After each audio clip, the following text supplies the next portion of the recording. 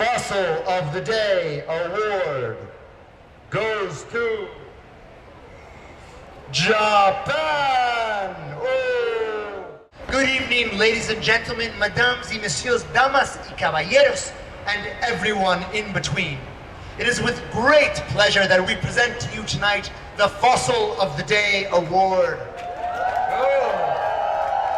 This is the most heinous award given out each and every night at COP, to the country or countries that are the best at being the worst, that do the most to do the least, and who try in every side event, dialogue, plenary, and sometimes even over brunch, to make sure we do not reach a fair, fast, funded, and forever climate agreement. Can we get a boo for the fossils out there?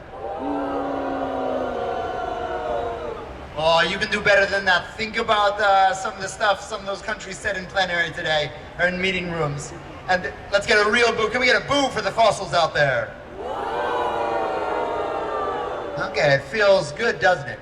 And for those of you who do not know, the Fossil of the Day award is given out by the Climate Action Network International, a network of hundreds of organizations working across the world for climate justice. And together they decide who's the best at being the worst. Today's Fossil of the Day award goes to Japan. Oh, can we get a boo for Japan? Oh, can we get a boo for Japan? That's right, Fossil of the Day goes to Japan for financing destruction, blocking justice, and selling false hope at COP30. Today's Fossil goes to Japan. 3 strikes against climate justice. 3 reasons that cut straight to the heart of why COP30 has to fight so hard to deliver truth.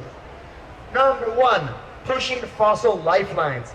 Inside its glossy pavilion, Japan promotes carbon capture and storage, hydrogen and ammonia co-firing, all dressed up as climate solutions. These are not climate solutions, they are smoke screens. Techno fixes to extend fossil fuel life, not end it. Number 2, violating indigenous rights.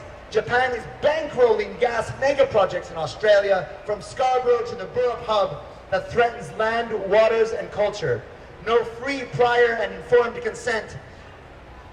Indigenous communities are being pressured to be silent through gag orders.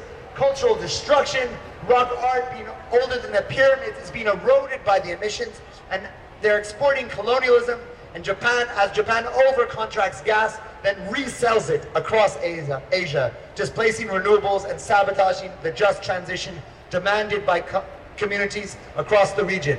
Since 2008, Japan and Korea have poured $20.5 billion US dollars. That's right, $20.5 billion US dollars into Australian gas. Japan's export credit agency alone backs 64% of that, underwriting climate chaos. Can we get a boo for Japan? But that's not it. Japan here in the halls is also undermining a just transition. Japan continues to resist efforts to embed justice, equity, and people-centered transition planning under the UNFCCC. At COP30, Japan is blocking efforts to enshrine justice in the transition.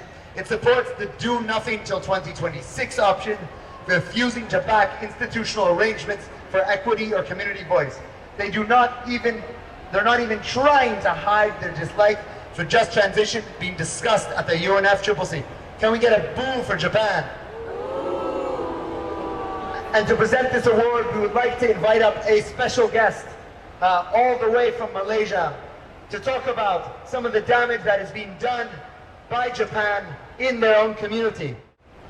So first off, I would like to say, Malaysia has a huge potential for renewable energy.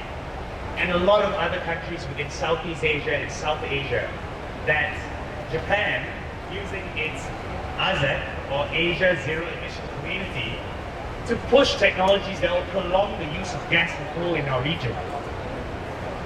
Malaysia, for example, is being positioned to be a storage or a dump site for Japan's CO2 waste, with agreements that pave the way for Japanese emissions to continue rising, but then be shipped to other countries within Southeast Asia to be used as dumping grounds for Japan's continued expansion? Is that fair?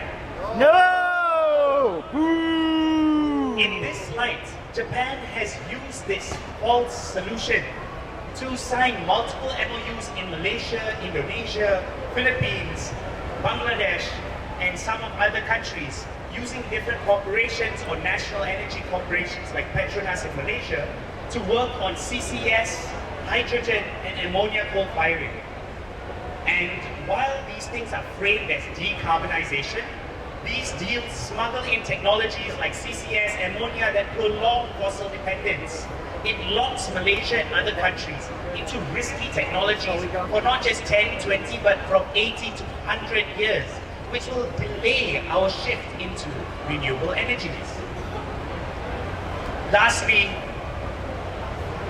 I would like to highlight that although Japan claims that it is the leader of decarbonization in Asia, with all of their big propaganda and using our beloved mascots like Pikachu, taking them and turning them into this evil, because what they are doing and what they are claiming are completely the opposite.